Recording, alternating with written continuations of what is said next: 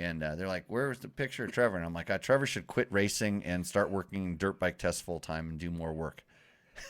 Oh, nice. And evidently, that's a mean thing to say.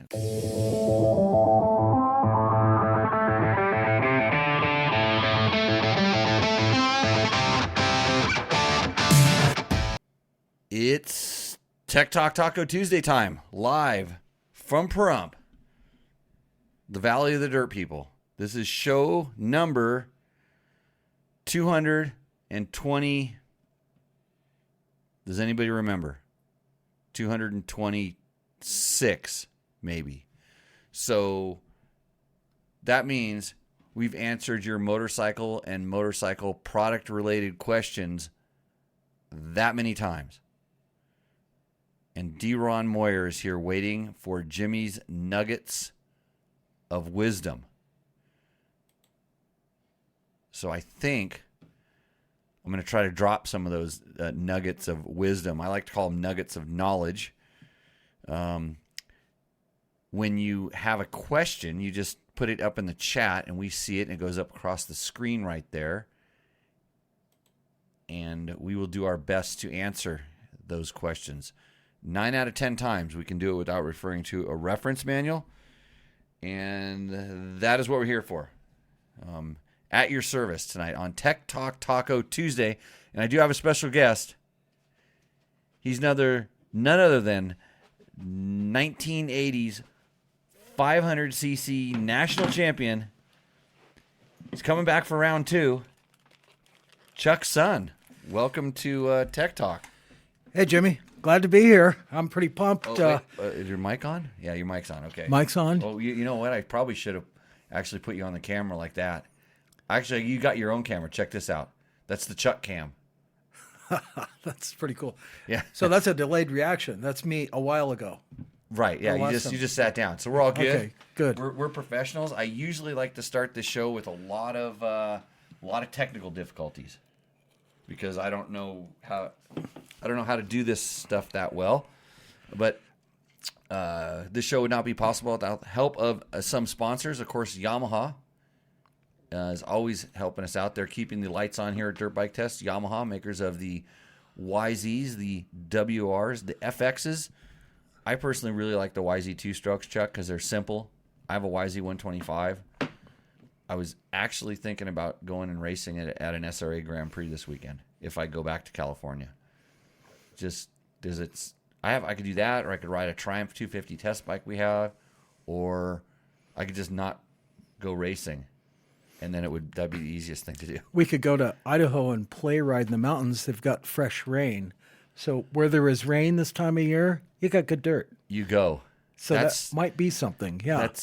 That's a good idea. That's probably better than doing what I was going to do. So, but I have some homework assignments. I've been busy. We've been doing rally training stuff, and potentially there could be some rally activities next week. It all depends on what happens tomorrow night. Things go. So a busy schedule, although I do want to go to Idaho. Where are you going? Someplace in Idaho? Probably up to Idaho. Yeah. Although the finals looming. I mean, there's all these events that I like to go to because I love motorcycles. I love racing. There's a Moran race in Utah this weekend. And that's the one at the Crazy Lake place. I think so. And some of it's kind of a Utah versus Nevada thing. So there's that going on, and I'm fortunate I get a lot of invites to these things, but like factory rides. Not really. Not really. Full factory. You don't rides. show up and somebody has a bike ready for you to go? Well, that happened this weekend. It was a Dick's Racing factory bike. Got it. So Jason Podal says, "Is it me or have you not done one of these shows in a long time?" No, it's you. I mean, it's us. We quit for a while. I did quit. We had that big T-shirt sale, right? We sold out of all the T-shirts, and then I had no more reason to do the show because it's all about selling the merch, Chuck. And you're out of shirts? We were out of shirts. Oh, that's the only reason I came here. I figured I'd get a shirt, but can you fit into a small or a medium? I might be able to try a medium. I'm sporting a large tonight on my my collector's item shirt here because I got this back when I was large, not extra large. So, but yeah, maybe we might be able to squeeze you into a medium there. Good on you. Good on you. Don't wash it. So no, Jason, we've kind of been taking some time off, and Victor says the weather will be cool this weekend in California. Yeah, got it. And Trevor Hunter wants to know: does Chuck know how big of a deal you are? Which he's talking about me. Do you know how? Jimmy who? Right. Okay. Yeah. There we go. Actually, Trevor, I'm going to get some of my fans to fight Chuck right now. Okay. I'm not going to say anything. I'm going to pretend I'm going to act cool, like it didn't happen, like he didn't just insult me, and I'm going to get some of my friends to fight him. You know what I mean? I will say this: I've always been a fan of Dakar, and a little time has passed, but you were the dude. I mean, everybody raves about Braybeck and what they've done. But you put it on the podium before we were even expected to show up on a big twin BMW. So, yeah, I have a lot of regards. I mean, my history is motocross, and I always rode off-road because that was fun stuff. And you get to ride all the time. You don't have to sit around in the pits. So, yeah, we have some appreciation. I usually interrupt people on the show. It's my bad habit. I just interrupt. But if you're just going to keep talking about me and say nice things, I'm going to just sit over here and be quiet. So, yeah, that was a long time ago, Chuck. Well, but I actually, because of some other thing I have to do, is I have to find some old clips of me racing. So I was going through old videotapes, old VHS videotapes of like speed coverage of Dakar back then. You had to wait like 3 or 4 days. Like if you had a fax machine, you could get results of what was going on someplace in Africa. And when I was over there racing, maybe 2 or 3 times, I'd be able to get access to a phone. I could type a message and somebody could print out and they could send it through a fax machine back to like my parents and stuff like this. It was definitely different times. So I mean, they have the Moto class, and that was what a factory rider did.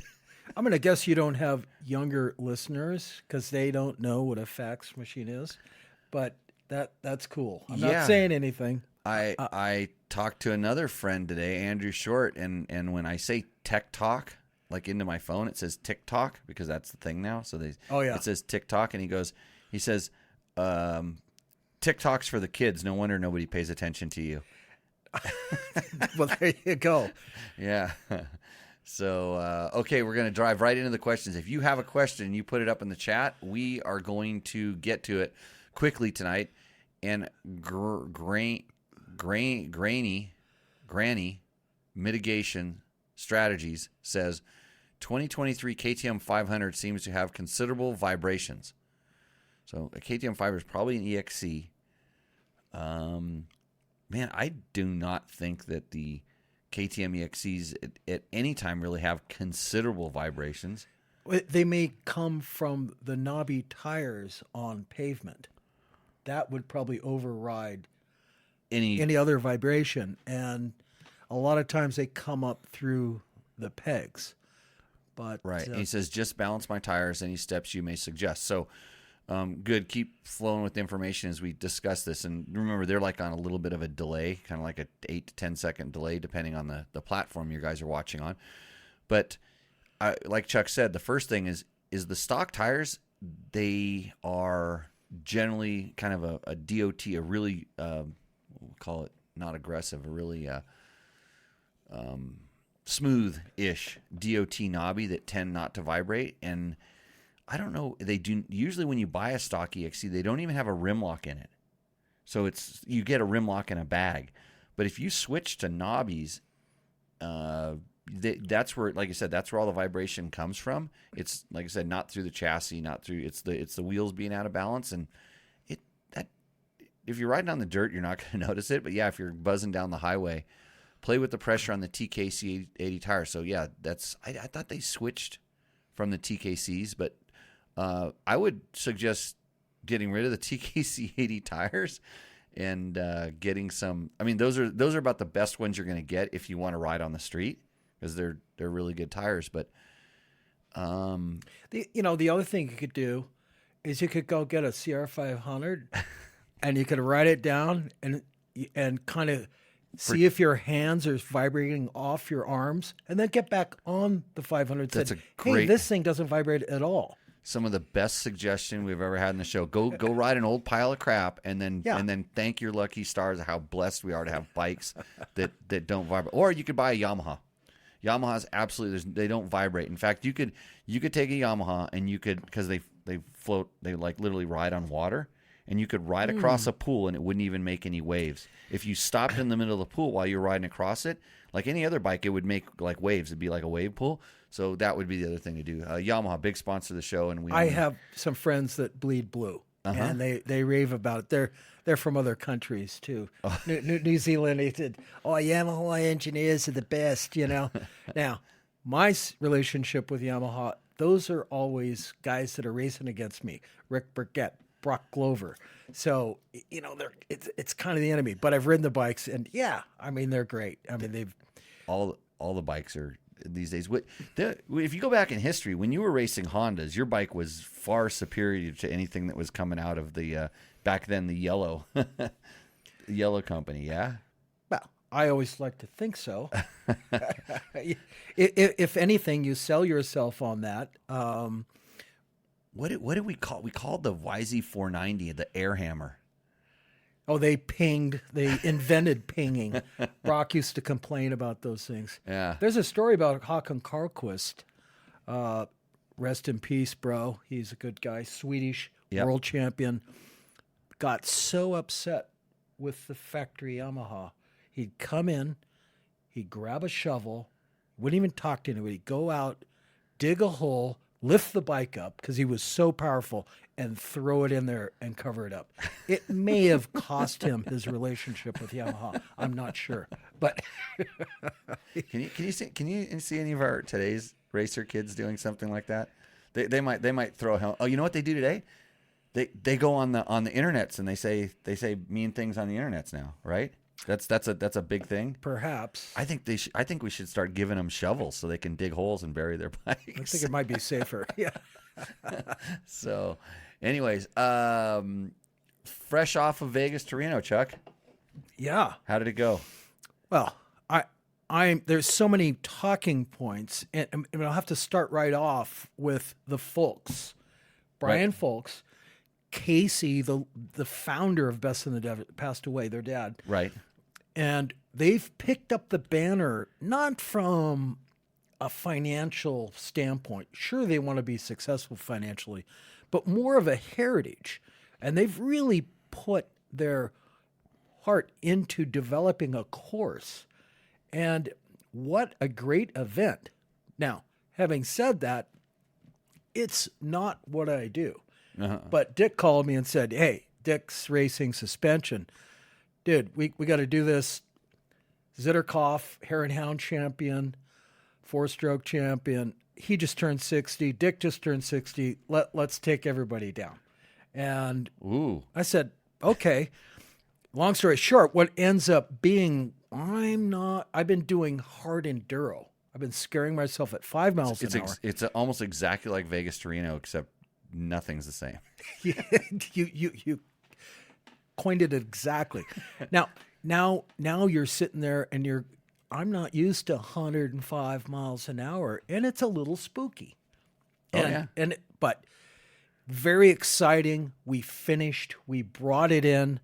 I'm never one to say quit. I kept pushing, but you have to feel the edge and where that's at. And there's a couple other top. Greg is a good sized fella these days. So they had see, when I put on weight, I put on some editorial weight. Yeah, I don't know. I mean, I like that. Your excuse is that you don't use energy when you ride, right? Yeah, and so you don't burn any calories. There's really nothing else that I do that causes my physique. So Greg's tipping in about. I'm going to call it 260. I'm at 165. It's a clear 100 pounds. You put a Volkswagen spring on there.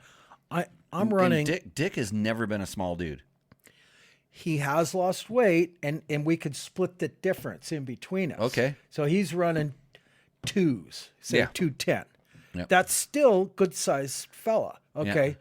So they say, nah, it's the big guys. We got to set it up. I sit on the bike. I'm working on 85 millimeter preload. I've never even ridden a bike like that. Are you kidding me? A spiky rear end at 100 miles an hour. Talk about spook factor. Right. But anyway, it's my job to adapt to that. And I did the best I could. But we've brought it in. No, the bike is beautiful. It was super reliable. And it was a great experience. We can touch on more points, but it was awesome. So when Chuck is talking about 105, he's talking about the sag of the bike. So typically you'd want it down in the 100 millimeter at the, like I used to run every once in a while, like on certain bikes, I would run up in the 95, but it was a real unique setup. So, but you want 100, 105, on desert bikes, you kind of want them to run a little bit lower in the rear. Low boy. And it's like the Villapoto thing. It almost 110 and let that rear end kick out and slide around like dirt track, so you can you make these turns. But if you grab a front brake and the front end dives and you got a stink bug and that at 100 miles an hour, that corner comes up to you fast. Right. And I slid out a couple times all the way to the berm and banked the lip on the outside, and my heart was in my throat. Yeah, which is sketchy because when they knock the rocks out of the road that they're blading and stuff, which is generally the roads are pretty rocky. Where do you think all those rocks end up? I mean, I see people go railing around the outside of the berms. And there was one county in Nevada where you could do this because the guy was really the road grader guy, which like best roads in the world. He would pick those things out and wouldn't leave them there. But if you go out and trust those things, it's sure enough you're going to go in there, sink it in. It's like the best sand berm ever, and blammo. Oh, yeah. What you can't see. I mean, there's a lot of faith and belief. If you're not religious, you'll get religious on one of these things. That's desert racing in general, I think. Yeah. And here's another thing. You're going to hit something. And sure enough, ping, and you get airborne. And you think, oh, this could be it. And then thankfully, Dick's suspension brings you back to earth. Then you grab another handful and you tear into it. And it's almost like, dude, what are you doing? It's like, please give me another one. Serve me up another one. And it's a really bizarre episode of this fear, reward, and stay in it. Glad I checked it off. Yeah. Well, you've done it. You've done the race before. I have, and I've never finished before dark. Okay. I finished, but we had transmission problems, whatever it may be. Oh, you rode. What kind of bikes you ride? Husaberg. Yeah, we like the Husabergs here, by the way. That's what the bell's for. And it's some of the best transmission. They use a chrome moly, but there was some oil issues at any rate. Yeah. Not known for being the most durable bikes on the planet. But they were the coolest. Yeah. I mean, they were the first four-strokes that had 1 quart of oil, and they had huge horsepower and usable horsepower. So when I came in before... I have a 650 out in the garage. What? I have a Husaberg 650. Dude, that was one of our favorite bikes. So much power. Even on a motocross track. Yeah. They were crazy. I mean, because it's like one of the only bikes that you can go up like a big old sand hill climb that a 450 is taped on, and the 450 just barely pulling it, and you can upshift on a Husaberg and it'll pull the next gear. Hey, Laughlin has another Best in the Desert race coming up. No, maybe we could pull that Husaberg. I'm pretty sure if we took that particular bike, the crank would actually blow out it'd blow right through the bottom of that cradle frame and be laying on the ground. You'd probably you hit those rocks you don't see. You'd be going so fast when thing blew out the bottom, you'd kick it with the rear wheel and you'd wonder where the rock was that you hit. And you wouldn't come back. No. So, good times. Okay, so you've done it on a Husaberg. Have you done any other like local desert racing kind of stuff, the Moran stuff or District 37? Oh, you have? Especially if it rains. And usually the beginning of the year, January, February, March. I'm here in town. Normally I'm riding Idaho, Oregon mountains in the summer. But down here in a rain, it's just like, man, we got to do this. Right. And out I go. I'm not always prepared for it, but I don't care. It's a really enjoyable thing. And the Moran guys around here are tough. Yep. Because it's rugged, rocky. It's brutal terrain, but they're a lot of fun. So I've done a lot of the Moran events over the years since I've been down here, and they're a gas. Yeah, it's local. It's good local racing for sure. There's Moran North and there's Moran down here. Right. And I'm a member of the Wild Bunch. Right. Oh, you are. Wild Bunch. Okay. Yeah. It doesn't surprise me. They have a call sign similar to Red Bud, except it's Wild Bunch. Okay. Got it. Hey, so we got a question. Southwest Trails and Wheels says, now that the beautifully compliant bump absorbing Michelin Starcross 5s are no longer available, what's a good alternative for this tires with soft compliant sidewall? I would say probably the Starcross 6, yeah. Have you I've ridden the front and I found it I'm kind of running my memory banks if there was any.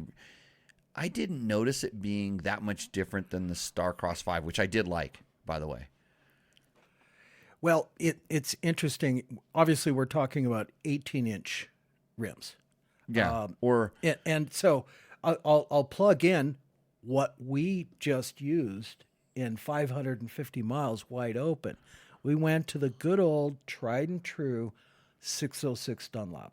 And really? It lived. It lived. So many guys run dual sport tires, like there's some Kenda dual sport. I mean, like the really dude, tight knobs block. off, torn out, gone. Yeah.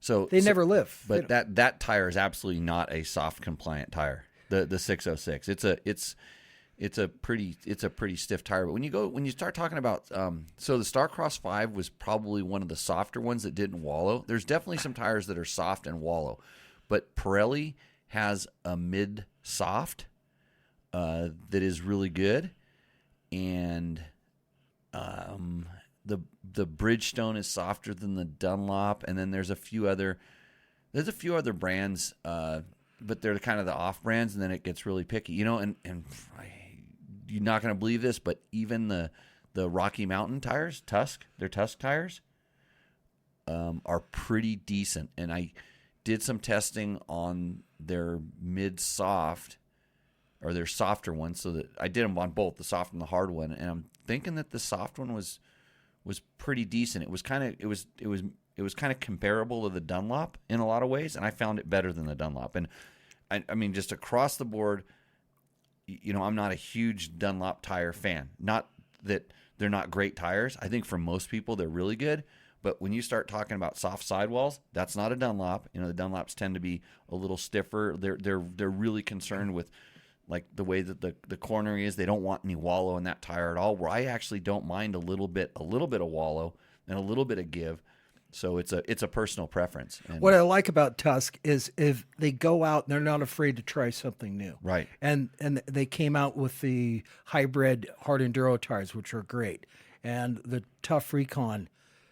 I can't even manage that because it's too wallowy. Yeah. And then they came out with some new stiffer stuff. Some of their products are so stiff, it's gnarly. It really hammers.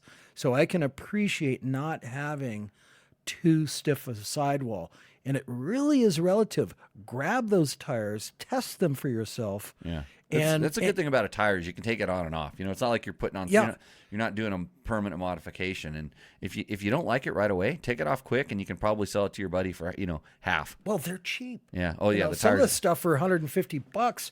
You can get some of the Tusk for 50, 60 and pounds. if you are going to Rocky Mountain, you're going to buy anything, if you could please click through the link we have on dirtbiketest.com. That's www.dirtbiketest.com. We actually get a small little chunk if you go through our link, and it does help pay for our bandwidths or whatever that we consume around here. Well, Rocky Mountain it pays for these 2 beers that Chuck is going to drink.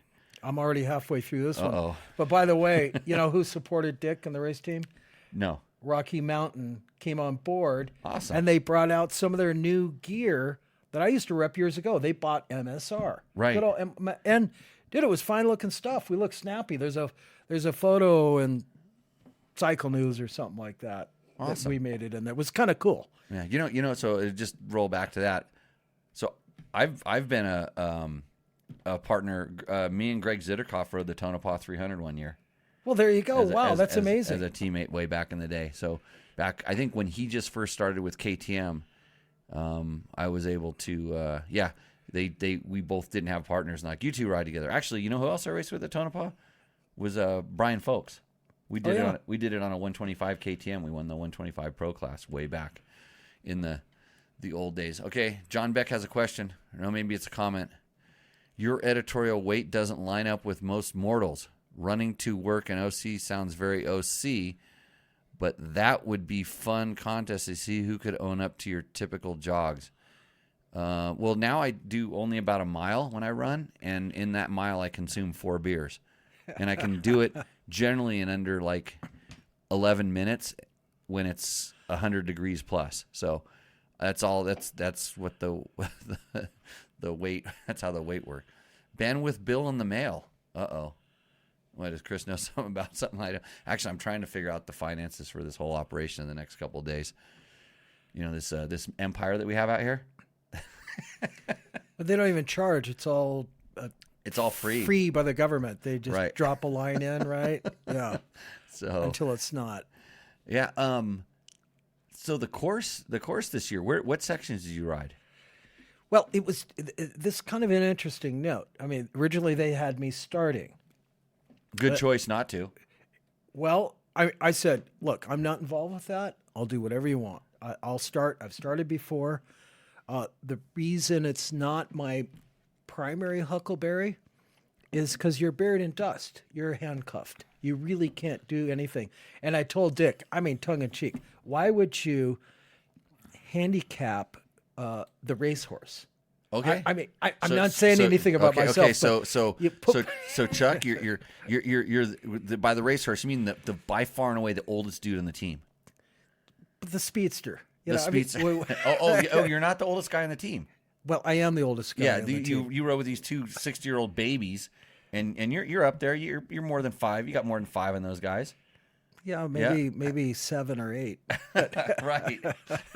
Okay, so yeah, smart. So that was the strategy, and Dick did struggle in the dust like anybody would, but he only gave up like 4 minutes. So actually, you did quite well. 4 minutes to who? The other team? Yeah, the other team. Crazy 60-year-olds. Yeah, they had to be crazy. Well, if they were going faster. Turns out every one of them is pretty well established. You know, Hare and Hound champions current. Mm-hmm. In the 50 class. Right. So they're the real deal. I mean, hats off to them, riding a clapped out 650 Honda. I mean, dude. I saw that bike go by. It's hilarious. Yeah, I for sure saw Dick go by, and I was out there. I rode my Tenere out there and did what I was really good at doing, is standing around and watching races these days. So I watched, but I did see that XR 650 go by. And I literally wanted to stop the guy and say, hey, I got one of those for sale if you need another one. Because it did look kind of clapped. Well, there was a Tenere in the race, right? Too. Yeah. So I think it was I don't know how he did, but he was. It looked like he was up. Oh, it was an Ironman? I think it was an Ironman. Because it seemed like he was up around the 30, 40 pros or expert area when we kind of saw it. You could definitely hear the thing coming. But once you get back about 5 or 6 bikes, it was just a steady stream of dust. And, the quad pros, like literally started like they were like the 10th thing through. In the section I was in, the 2 quad pros that went through there were the fastest vehicles out of everything, and it blew me away how because it was loose, rocky, up over a rise, and kind of they were faster than the trophy trucks, they're faster than all-wheel drive trophy trucks, way faster than the bikes, just because they could lock those things in and. Ridiculous. Low CG. I scrapped with them in Mexico and Baja, and they bag me because they don't slow down for the turns. They just back it in, and they haul. They haul, and they kick up twice the dust. Shit ton of dust. They were almost more dusty than the big 4-wheel vehicles. Like, because I think it's where we were at. Like they were sliding a lot. Where the bigger 4-wheel vehicles had to slow down to make these turns. And but yeah, watch out for that. I think one of the quads got bumped by a truck, says Victor. Wouldn't surprise me because when they got the sportsman quads, which are quite, there were some people that were. It was actually I was surprised at how many people rode by that were wearing like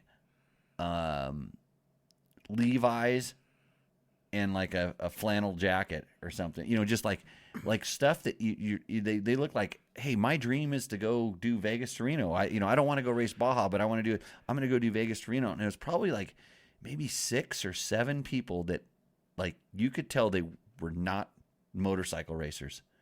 They were kind of riding, and like one guy tipped over and he just stood there kind of like looking at his bike and just like this. And you're thinking, better get off the course, bro. Well, yeah, and he was kind of in a little dip down a little thing where, nobody could see him. He was down off this hill. We were up on top of this hill looking down, and just like, you're like, dude, jump up, back up and go. It was like kind of a really lame, he just front end hit a rock and it kind of rolled, and then he walled and fell over, and just bike's in the middle of the course. He's just kind of standing there like looking at it like something had happened. And it was like, dude, go. And he was there for good 5 people went by him, and everybody's, Desiree, also, you okay? And he just kind of like looks at him. And he was fine. I mean, it didn't hit his head or nothing. He was, it was just kind of like, okay, you're not a racer. Maybe that'd be better if he hit his head, wake him up a little bit. And then he went like, 5 or 6 turns later, and it got sandy. He wobbled in the sand and fell over. And we were just going, oh, it's going to be a long day for this guy. And there was 1 or 2 quads in particular that were kind of, click, click, and then there was 5 bikes packed up right behind him. Well, to the point of a trophy truck coming up on you, that's what happened to me when I didn't make it in, and it was at night. And when those things come up behind you at night, the hills light up like there's a stadium coming up behind you. Yep. I mean, they're so bright, and it is frightening. And you pull over. They do the best they can, but it's gnarly. And you make a shadow right where you want to go. Like, it overpowers your light. And this is what a lot of people don't understand. Their light's so bright that you make this big shadow right where you want to go. And we're talking, you think they're right on your ass, and you pull over, and it's 20 or 30 seconds for them to catch you. Yeah. And you're like, the first time I ever raced Baja at night, and this was way before the crazy lights that they have now, but cars still had a lot of lights. We ran out of gas, so we were way behind. We got passed by some cars at night. And it was like, you like I said, you saw if there was any sort of mountain or something like that, their lights would be on there, and you'd see lights bouncing around on a mountain, and you're like, where is it? Where is it? Where is it? And it could be like 5 minutes back, a long ways back, and you're crazy. You feel like you're being hunted down. It is a little alarming. And then, of course, we're so confident we didn't have a light. This year? No. Oh, that? This year we had for sure. Well, how is a Husaberg going to power a light? If you put a light on it, it would make less overall horsepower, and so you wouldn't even want to compromise. Well, I got lucky. A buddy of mine, hey, come on, man. He had the light, and he was like my next favorite buddy, and followed him all the way back into Reno with his headlight. Right. Poaching. Yeah. So with this year, motorcycle races are a full adventure. The other reason that I had to get passed by cars in my first Baja race was because we did have a light, and we had a good light, and my great partner, amazing Tim Morton, Baja Bound Adventures. Morty. Yeah. So he was my first Baja partner. He handpicked me because he knew that I would show up with a factory KTM 125, and all he had to do was get on and ride, which is just that's a best deal, Chuck. I don't know if you ever done that before. You have somebody else do the bike, you just get on and ride. You know what I mean? Once in a while. so Dick was saying all the work he did on it. I said, good on you. So we actually put our light on a pit or so early just in case, because we were kind of running really tight on our fuel stops. We jetted it wrong. Anyways, so we put on our light early, and sure enough, it got dark down in this place, and a bunch of guys got stuck out in the dark. And so when Tim finally came in, he brought like 5 guys in with him. He used our light. Oh yeah, it's amazing. It was right before he started his tour company, just like literally a month before he started his tour company. So Tim brings all these guys in, and then he's telling me all the stories, and I'm like, Tim, just get off the bike, gas it. We got to gas it and go. And by the time he got done telling me all the stuff, they'd all put their lights on and took off and had to eat their dust. And you know what he was doing? Marketing. He was building goodwill for his new tour company. There you go. To have, I'm sure all these guys ended up being some of his first customers because he's such a great tour guide. He couldn't be a good racer. He wanted to be a good tour guide, and he started during our Baja 1000. That's awesome. There's a lot of ways to get the word out. Yeah. Save somebody's ass is not bad. Right. About the lights, it's much different nowadays. You can bolt something on that has 2,000 watts. Oh, and it beams and it's still light. The stuff you can buy just over the shelf from Baja Designs, even the midline. I mean, the low line stuff, it's okay. You can ride at night with it. The midline stuff, you could take and go race like night GPs, and you could go do a Vegas Torino, or you could do a Baja 1000 and throw a helmet light on with it. I'm not a big helmet light guy. Never have been, because a lot of times that if it lights up and there's dust, it illuminates the dust. I mean, I know you can turn it on and off, but I almost, when I'm riding at night, and I love riding at night, I was a good night rider, I don't want to be distracted. Oh, that may be. When I'm thinking the Northwest, where it's tighter and you're looking down. Right. You're Baja, if you're looking ahead, a single beam might be good. But to the point of lights, I was a Moto guy, and Chris Haynes said, you got to put the lights. He's super conservative. You got to put these lights on. No, I don't want the lights on. I'm going to be there fine. Yeah.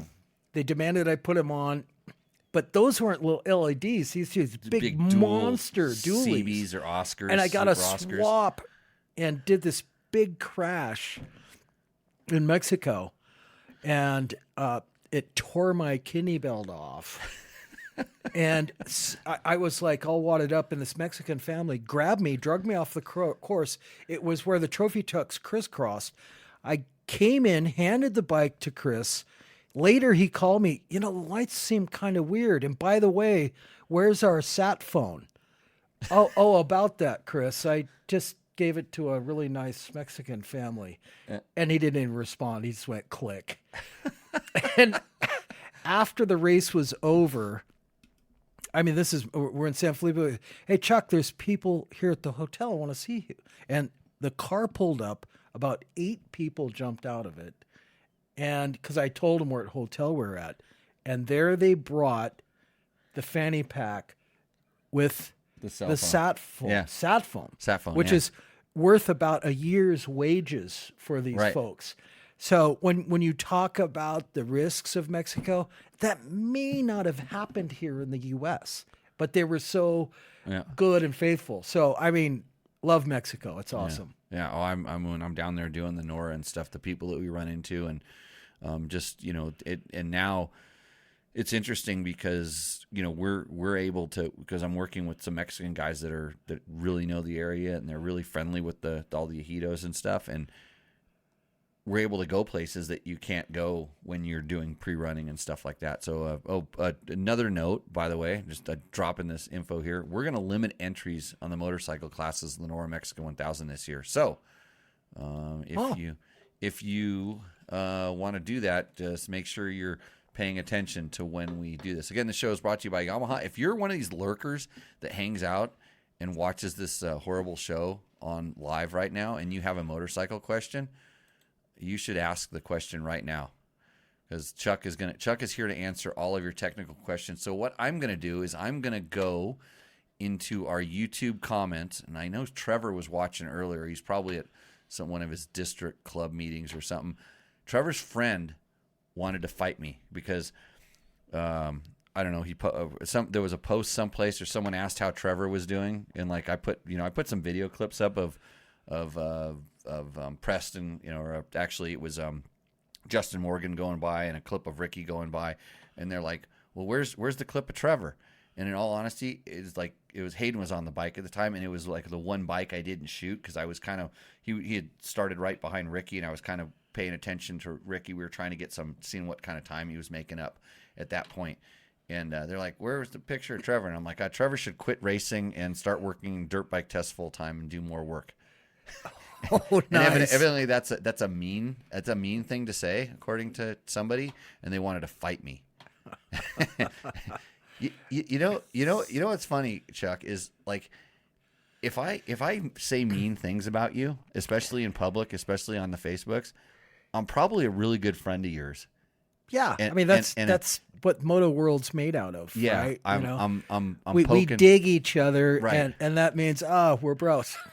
Right, yeah, he's my buddy. We work together on this dirt bike test thing, and all I do, he was over here the day before because he shipped parts here because that guy's got to get his shit together. I mean, they don't have their stuff ready for their bike, and stuff's getting shipped here. It's like it's a loose race program run by their dads, which I used to race against these guys, so I know. And so when he said some guy wanted to fight me, I go, "It's not your dad, is it?"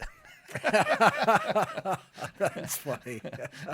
So, Dude, if you're out there scrapping with Breivik, you're doing okay. yeah, they were close. I mean, they were right behind, but it's funny because Trevor can be really fast at desert racing, and then sometimes he's kind of slow. And I think it kind of goes down to like he's had some good close calls and some big ones. And I think when he can not think about that, like he talked about, give me another one. I don't think he wants another one. he has, Rightfully so. He has, and by the way, okay, it's a race and it's in the desert, but this isn't conventional desert racing. This is a little different, best in the desert, honestly. Yeah, well, it's so fast. It is so fast. It's not like bounce. It's alarming. Like I literally wanted to do this thing with Yamaha. I wanted to go buy a Tenere, totally box stock, and take it and do the race. And I would have no problem in doing it. And it was. I was kind of close to throwing a pitch at him, and I was kind of starting to work on, okay, how can we get it filmed and all this stuff, because that'd be a budget to do it and this stuff. And I wouldn't be racing it; I would just be surviving it. But I guarantee you, I would enter Motorcycle Pro, I would enter Open Pro, so I started in the front, and then I would just cruise. And it'd be fun because when you were going by, there was what, probably 20 or so. Where'd you finish overall? 20, 30? Yeah. So there's 20 or 30 tracks. Yeah. It's so nice when there's just 5 or 6 tracks going by. Well, it opened up for me. I mean, they ate most of the dust, and it opened up. I ran sections with no dust. That's of all so things. awesome. Yeah. It was cool. Yeah. So we're going to go to right now our questions on our YouTube videos. I'm going to pop that up on the screen here. So if you're watching this horrible production, you can actually see the questions that we got here. So our first question comes from let me move my, I don't know why my cursor doesn't work, and this is technical difficulties. From the Foxy T2. Oh, we're gonna get into Hotel California, huh? Yeah, I'm thinking we're not getting up at 4 o'clock in the morning to go riding this time, are we? No, good, because I don't. That was training. Oh, that was training. That was You're training. done training right now. Yeah, and thank you for helping me train for the Vegas to Reno, and it worked well because I don't normally see 4 o'clock in the morning.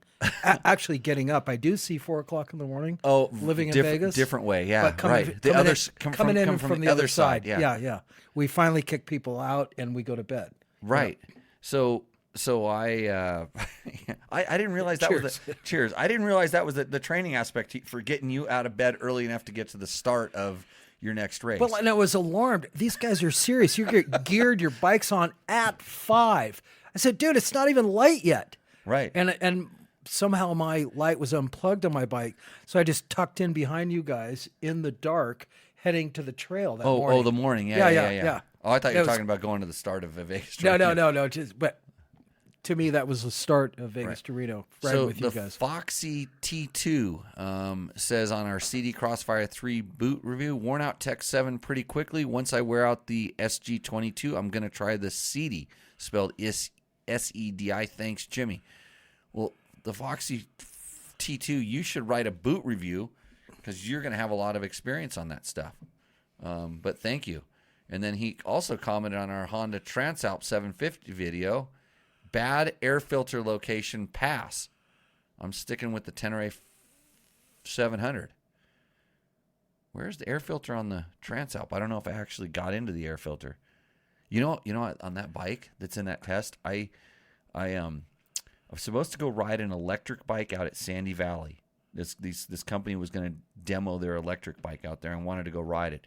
And it rained a whole bunch the day before, and I rode from here on the Transalp in the dirt, and I got out to Sandy Valley, and I'm going to ride dirt all the way to the track, kind of on those back roads. And you know why they call it Sandy Valley? Because there's a lot of sand. There's also a lot of silt and sloppy mud. Oh, yeah. And the track is probably in the lowest spot. And I was riding, and it was getting sloppy, and the tires are packing up, and the mud is sticking, so it can't spin between the forks and all that stuff. And I'm hopping out of the road and going kind of up and through the sagebrush To shake it off. to try to kick it off, but also because it was deeper. Well, some of the early adventure bikes had low fenders. This does and have they this clog up. This and did have lock a low the front fender. wheel up. Yeah, and so I was able to I'd hop up, but that whole valley where the road, I was right by the motocross track, and that whole valley washes all of its water into that road, and I was just trying to go, and I kept sliding, and I slid down into the road, and I tried to cross it, but the ruts were so deep. I got super stuck out there on that thing. So I don't know what the air filter's like, but it doesn't like mud either.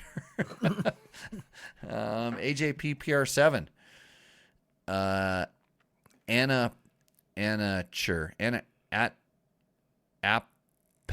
Appenture. I'm good with the spelling. You know what I mean? I can't even see that far. Yeah. Seems like a damn nice bike, though the lack of dealer support is worrying. So this is interesting.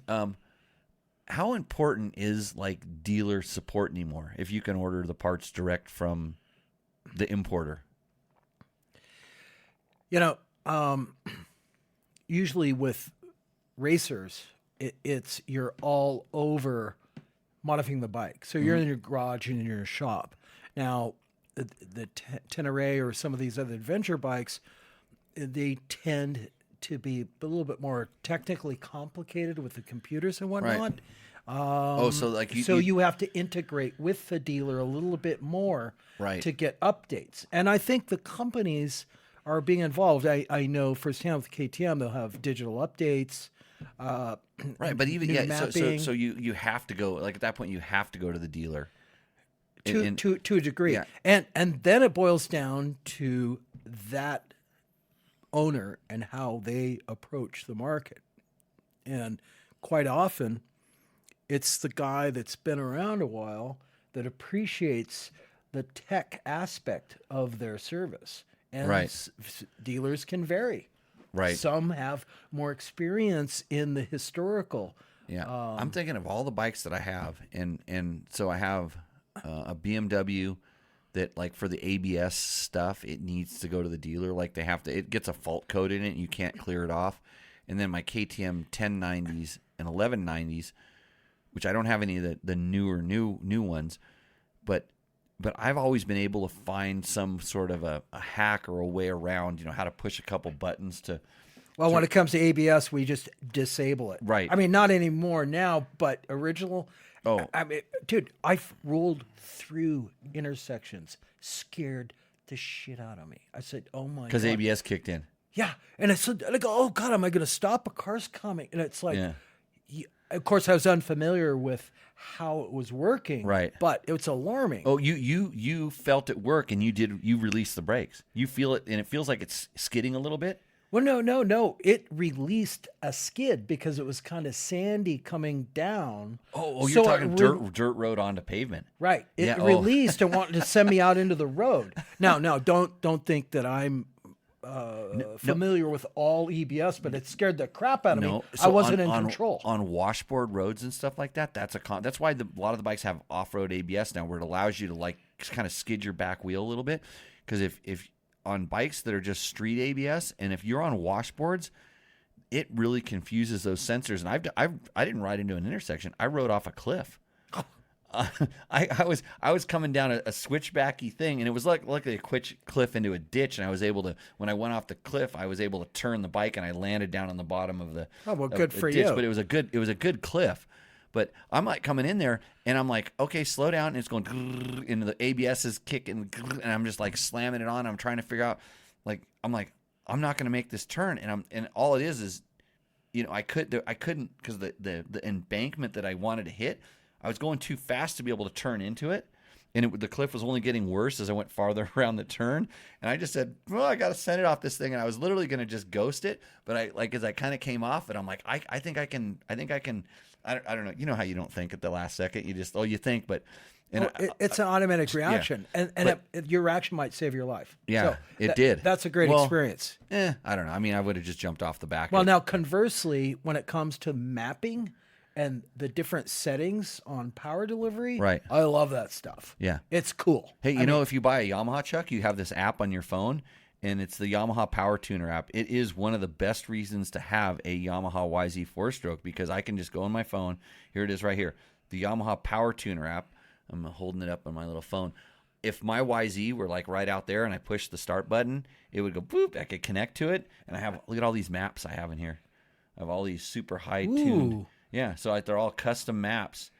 That's super cool. I've always thought like certain trails, name a trail, and that mapping's going to work up that trail, the right delivery. Yeah, it takes like 10 or 15 seconds to connect to your bike and to send it in. So like you could literally do.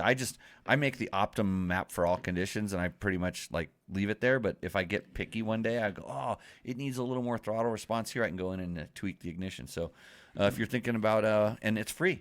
You know what, Chuck? You can have this app. I could download it onto your phone right now, and you could have it, and you could pretend. I don't know if it'll work on my Husky. You could pretend like you have. You could pretend like you have a Yamaha, and you would be able to. Well, on that note, I'm going to take a break because the beer's going right through me. That's good. I will keep answering questions. So, user something says on our SP Connect phone connector, which you can actually see on the other side of my phone. I have the connection for the SP Connect in the case, which has been super durable. He says, don't use this. My phone was broken after driving over a bump, despite it was solid mounted. Interesting. I've had my phone on my bike for the entire Nora Mexican 1000 race, logging GPS points. And when the cell phone was working, I was able to use it. And mine still works just fine. So you have a shitty phone, and it's not the mount. I'm guaranteeing that. But I would almost guess that you're one of those guys that gets paid to post bad things about competitor products. That's what I think. So the Transalp filter, says Victor, changes way worse than the Africa Twin. You have to remove the fairing and the gas tank. That sounds about as ridiculous as the KTM 1090 air filter change, which you have to do the same thing as well.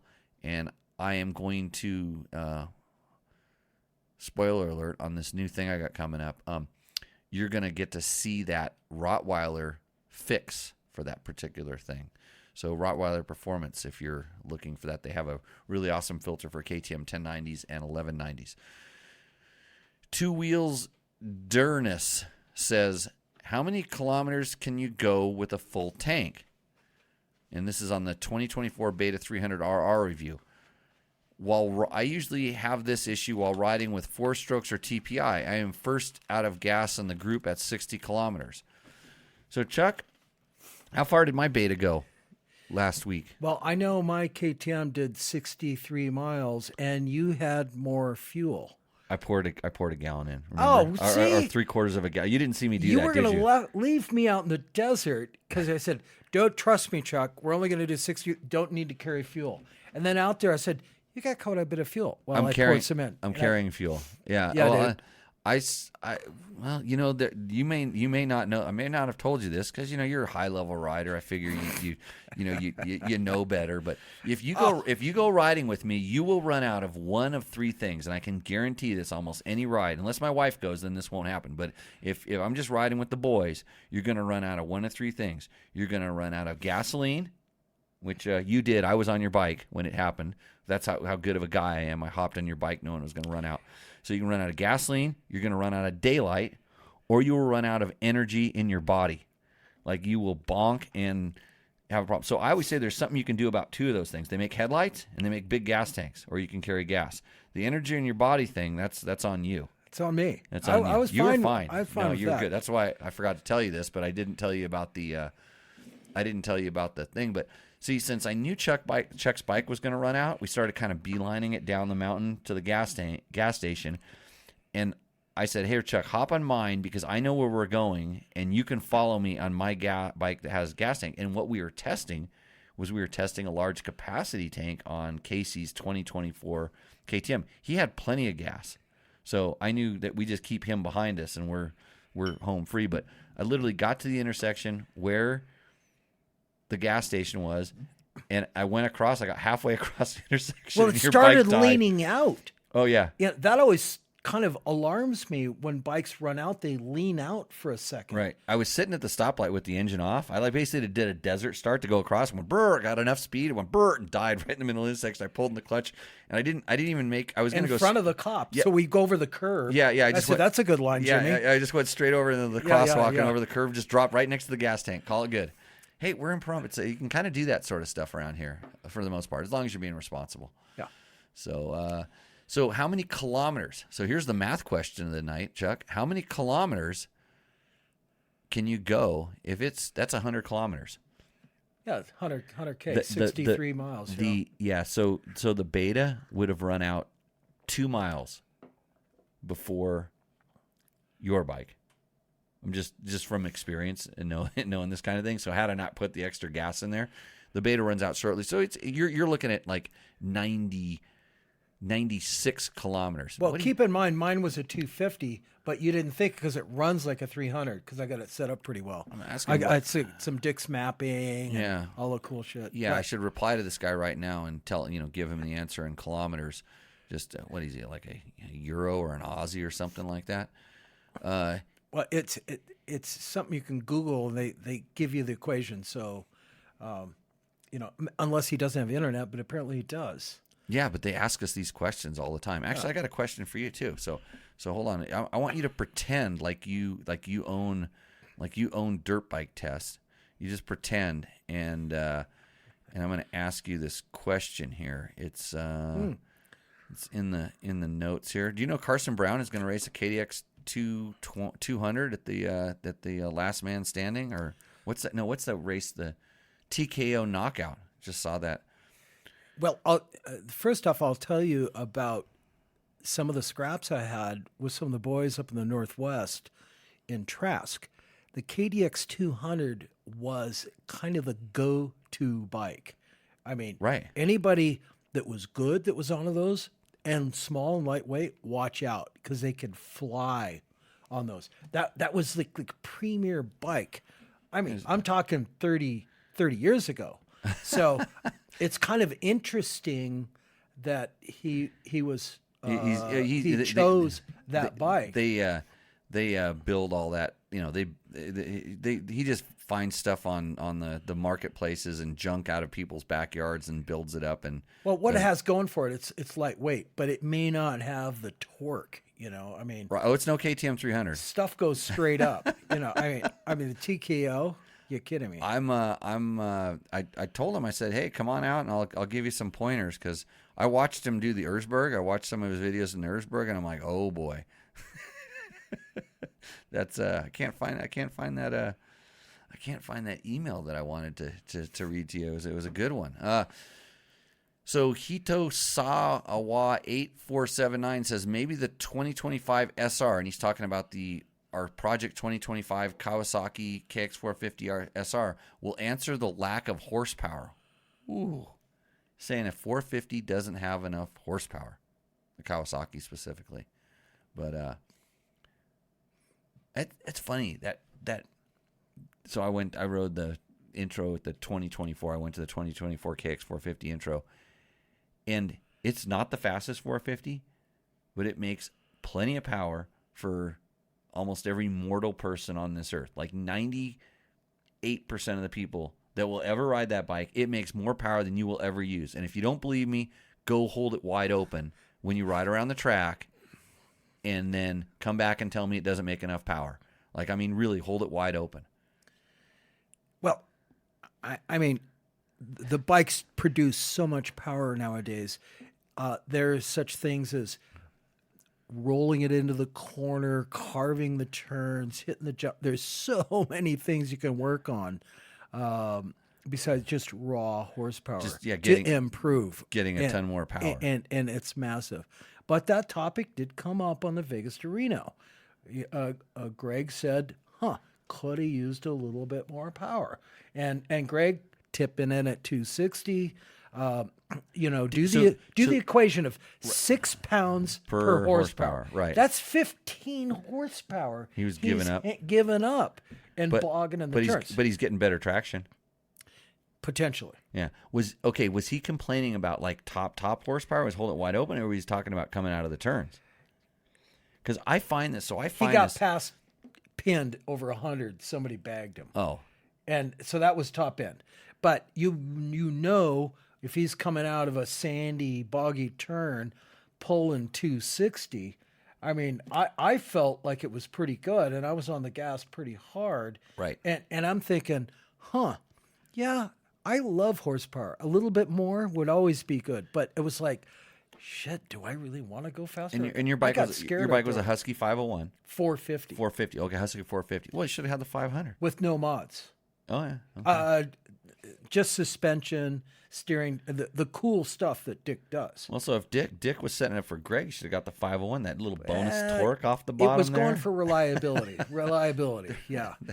And the 501s, they don't have as much top end, I don't think. But whatever. I mean, they don't rev as I want to say they don't rev as free up at top. I think they make. I mean, of course, when it's the 501, they're emissions compliant and stuff. So you kind of, to get that performance like the 450 has, more than likely you're going to have to do something with the ECU, because the difference between the 450 is they let it rev because it doesn't have to pass a sound test, where the 501, being a street legal or emissions compliant bike, they have to do a sound test, and the sound test is noise is measured at half of peak RPM. So how do you think they get the noise down?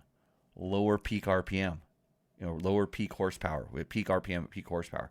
So you can easily get in the reason that people, if I got to get an ECU. It's like, why do you got to get an ECU? When are you going to be using power above, 9,500 RPM or whatever wherever it peaks? And what does it do to reliability? And do you need different fuel? And usually not. No. I mean, okay. All right. Because shocker, nobody ever rides it up there. No. What about a 701? Could you imagine one of those things? Dude, those motors are beasts. Yeah, they're fast. Yeah. Oh, what about a Tenere? You wouldn't have to do anything to a Tenere. Just click gears and go. I think a single 701 would threaten a Tenere. Hey, on the way out there, I got going 121 miles an hour on a dirt road. Well, there you go. Yeah. That's fast now. It's like just a stock. It's a stock Tenere with a cat in it. There were some sections that you could have gone 120, and I think we gave up some time. Yeah. But you have to be brave and have faith that the road's going to keep going, and have some vision.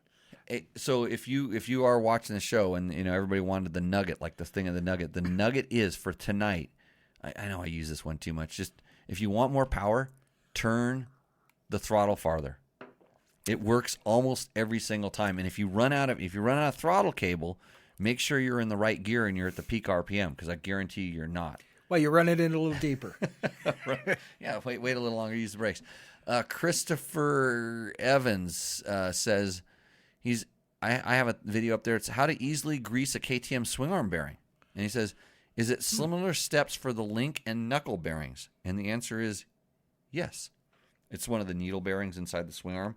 I just, instead of pulling the thing out and have them all fall down and then playing like Rubik's I've had Cube, them explode and rusty. I mean, nasty. So I show you how you can just push it halfway in and then just start packing grease in that way, and then push it and slide it and milk it that way. But luckily out here in our nice desert and stuff like that, as long as you don't pressure wash the crap out of your bike or ride across alkali dry lake beds on a regular basis, this isn't as big of an issue. It isn't like the humid environments. Oh yeah. My good friends up in Oregon take me through rivers. Oh yeah, rivers. Yeah. And I've rusted, bearings down there. I they heard, fall out and scattered. I heard it because you ride the bike so hard that your bearings actually they heat up and expand, and then it allows water to get between the seals, and then it cools it down. It seals the water in.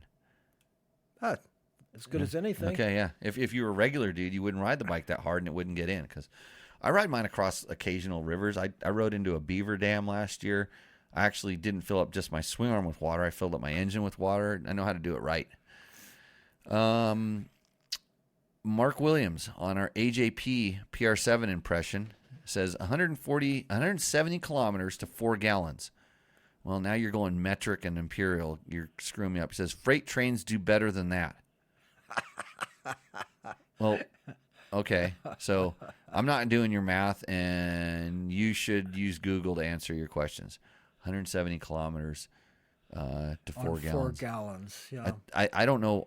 That's not very good. I mean, if you do monkey math, go backwards. 125 miles a gallon. So it's 80 miles. Yeah. Yeah, roughly 25 miles a gallon if I do it. Quack Loud says, money doesn't always buy speed. People always find out that on a sport bike track. But this is an awesome video. He's complimenting Trevor, and I hate to do that.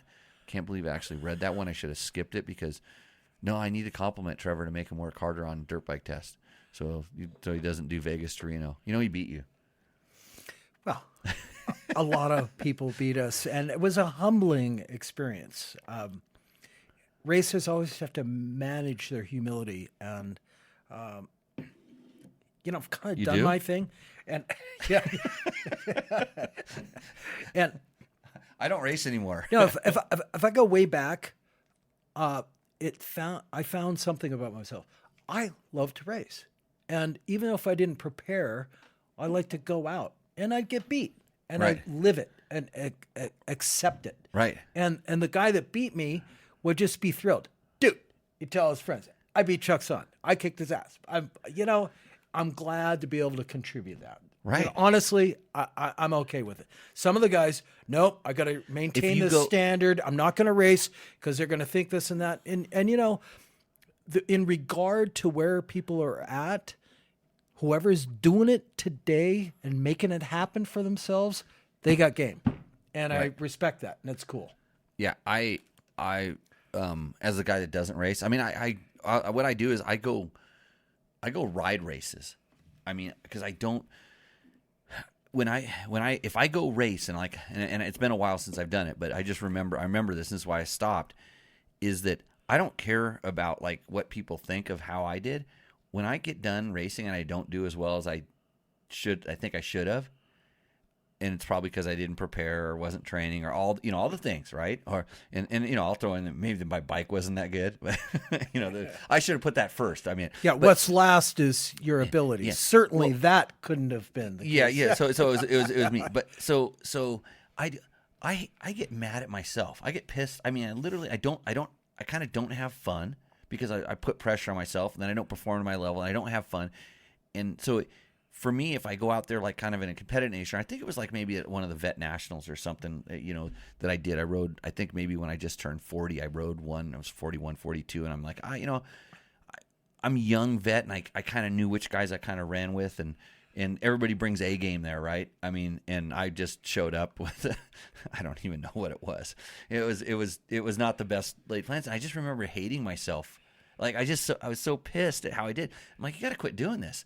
But the cool thing about doing that race, it was a well prepped track, and I should have looked at all the positives. I got to battle with a lot of guys that were always a little bit older than me, and I never got to race with them. And now I got to race with these guys, and since maybe they are a little bit older and slowing down, I'm a little bit more competitive. But who the hell was that guy? I mean, that guy was never fast when I was younger. Where did he come from? And so I get in this conundrum of not kind of enjoying it. And so I that's why I say I ride races. And if I'm lucky, because and you're the same way, you put so much investment into being able to ride to the level that we can ride at. And so it's time to reap the rewards. Like when I watch pro surfers just shred and just make waves look good, or snowboarders or skateboarders, or just guys that I know how much time they've put into their craft and they're doing things, and you're like, I want to do that so bad, and I'll go try, and then same thing, I can't, and it's like, oh, you haven't put the work in. So I'm trying to take that level of work I put on the motorcycle, and then I get to do the 125 race at Hangtown. And ride this perfectly prepped track and go ride around with a bunch of kids and a couple old dudes like me that got invited to it. And it's like, I'm not going to do any good. Enjoy the experience that's been handed you. Yeah. Of course, preparation and doing everything would give you a better result. And we had a little bit of a discussion with Dick because he was, damn it, we came here to win. of course I did too. But I don't go into a dark abyss. We didn't win. I'm ready to put a bullet in my head. There's a few other experiences out of it Yeah.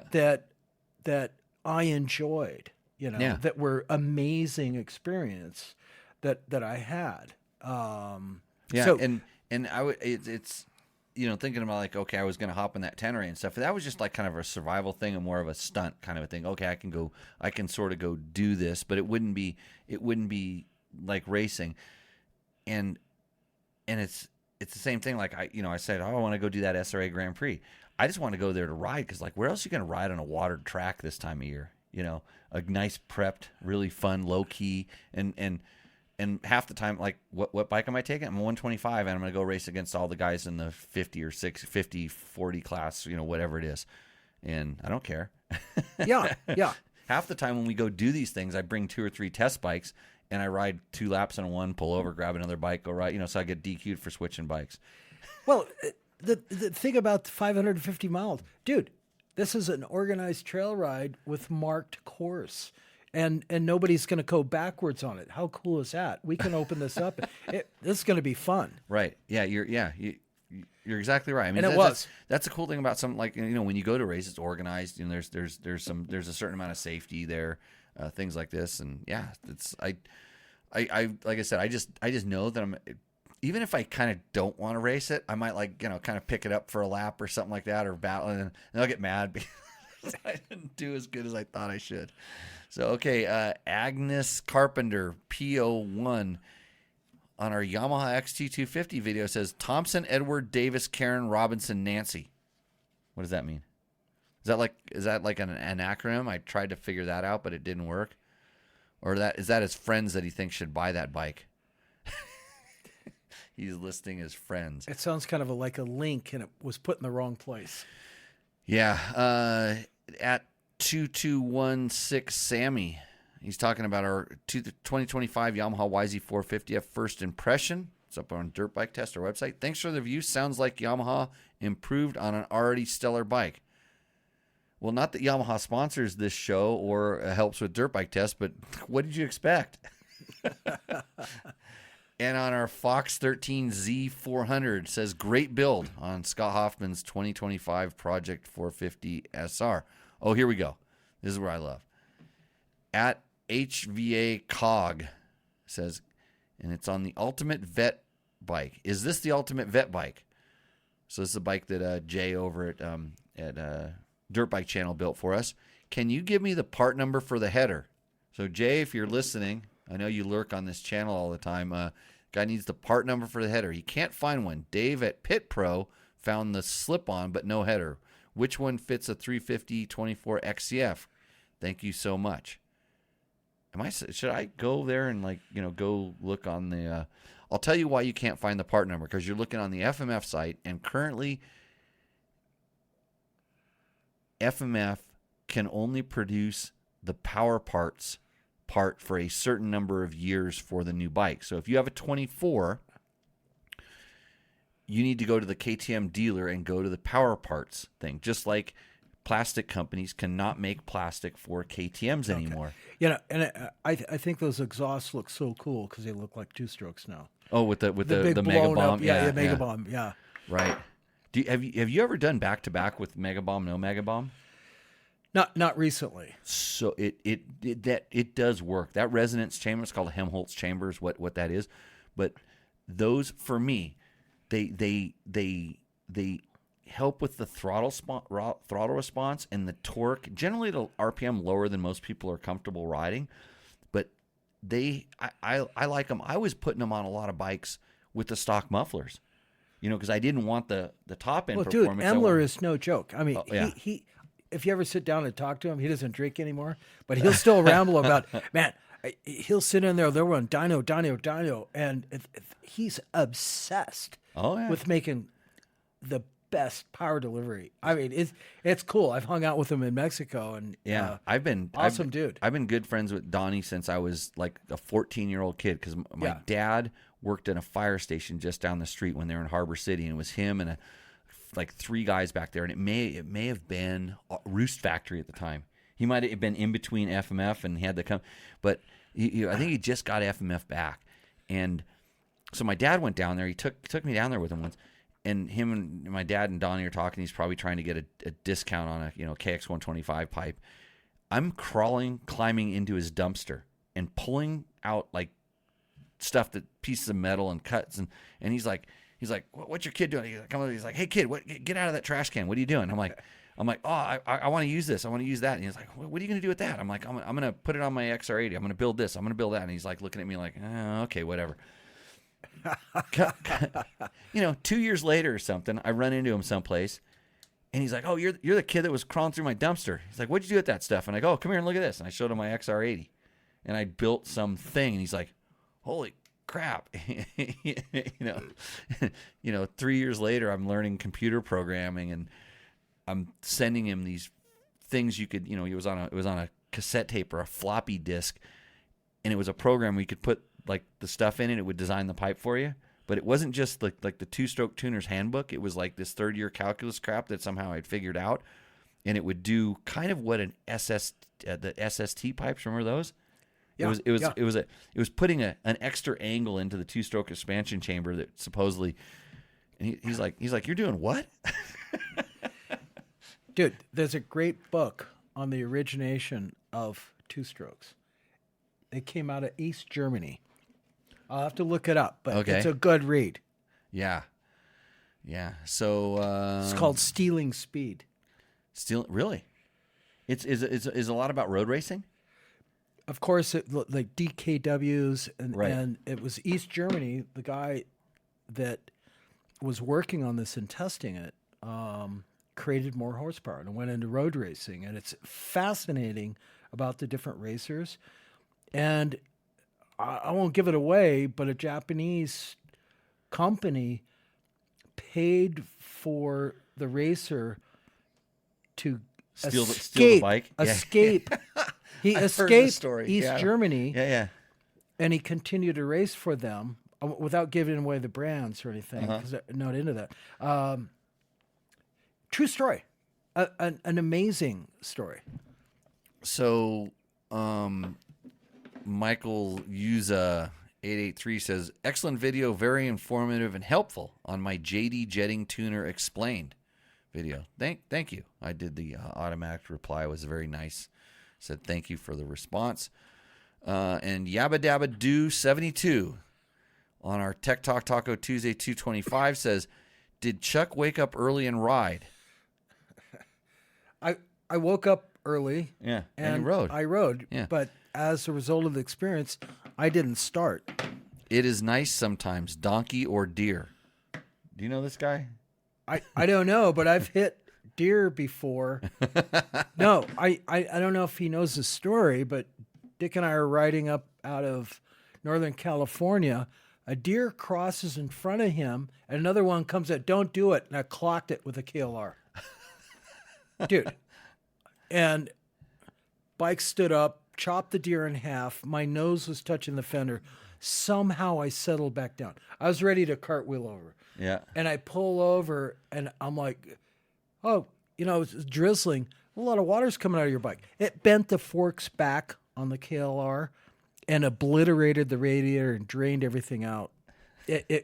And we limped the thing out. Of course, it cooked the motor, but yeah, I'm lucky to be alive. I used one of my non-lives on that one.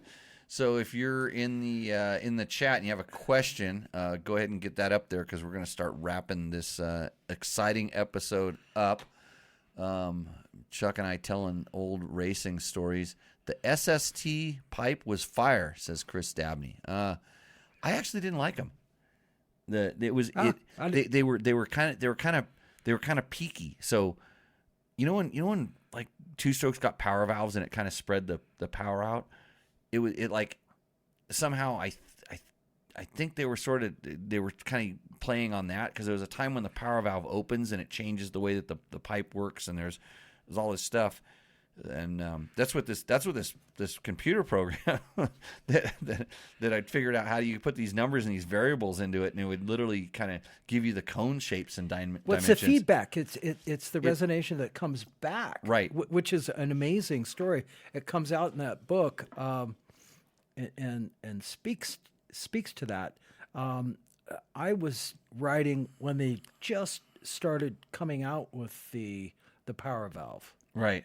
And so we were going with good power by going with bigger CCs. Right. So the idea is you could create the bottom end with size. Yeah. Just no replacement for displacement.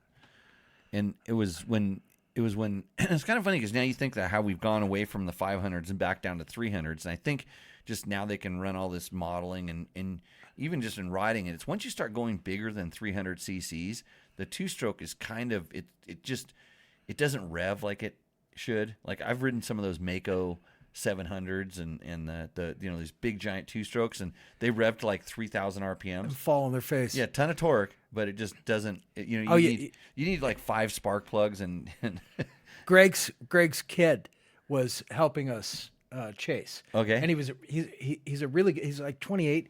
And he got to be a good motocrosser, and he's qualified from events, nationals, and won points. And he was saying, I heard about this two-strokes. I mean, how do they compare to the 450s today, the big bore? I heard you were on a big bore. I mean, is the roost the same? I said, dude,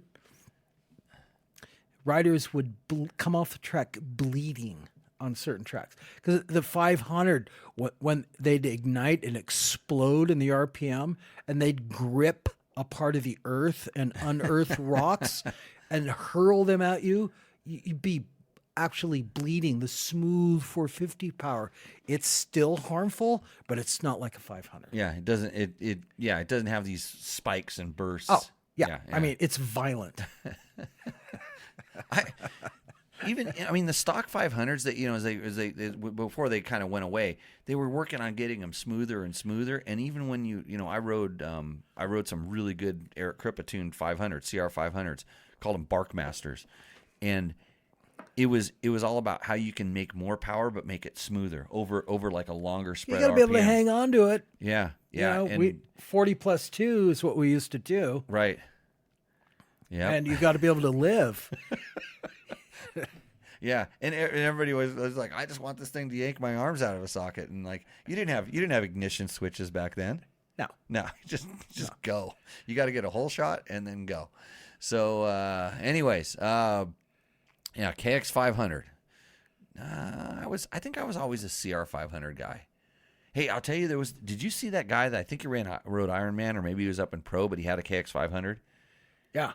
That it had and I've never been a big fan of like the Electron or that smart carb and stuff. He had one of those on there. I've never heard a KX 500 that idled down and like it didn't go ding ding. It went bung bung bung bung bung.